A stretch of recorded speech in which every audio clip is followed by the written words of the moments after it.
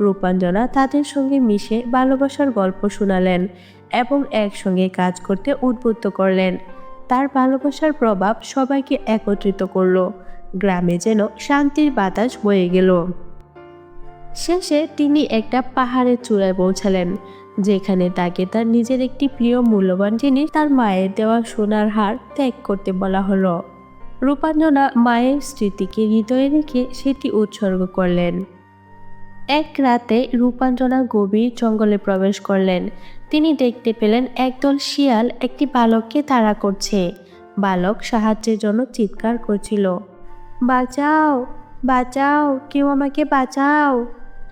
রূপাঞ্জনা তার তলোয়ার বের করলেন এবং শিয়ালদের ভয় দেখিয়ে বালকটাকে উদ্ধার করলেন। বালক তখন কাঁদতে কাঁদতে বলল, আপনি কে?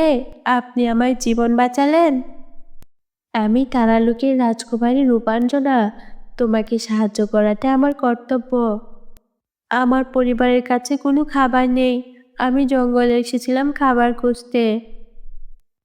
আমার কাছে এই অল্প খাবার আছে। এই খাবারটুকু তুমি রাখো, আর মনে সাহস রাখো। তোমার ভালোবাসা এবং সাহস একদিন তোমার পরিবারকে রক্ষা করবে।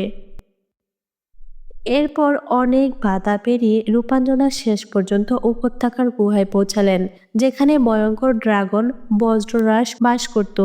গুহার ভেতর ঢোকার সঙ্গে সঙ্গে আগুনের শিখা চারপাশে ছড়িয়ে পড়ল। বিশাল ড্রাগনটি সামনে এলো এবং গম্ভীর কণ্ঠে বলল, মানুষ, তুমি কে? তুমি কি আমার ধন সম্পদ চুরি করতে এসেছো নাকি? আমি তারালুকের রাজকুমারী রূপাঞ্জনা। আমি তোমার ধন সম্পদ চুরি করতে আসিনি গো। আমি এসেছি তারালুক রাজ্যকে বাঁচানোর জন্য।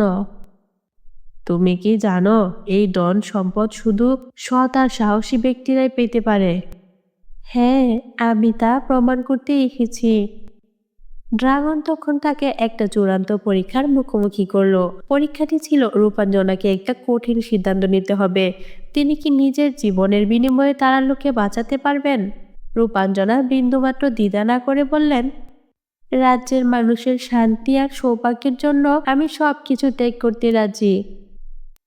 তুমি সত্যিই সৎ এবং সাহসী। আমি আমার ধন তোমাকে সমর্পণ করছি।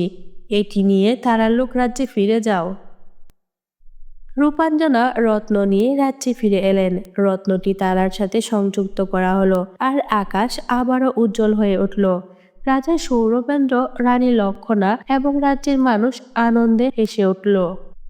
রূপাঞ্জনা, তোমার সাহস এবং আত্মত্যাগ রাজ্যকে রক্ষা করেছে।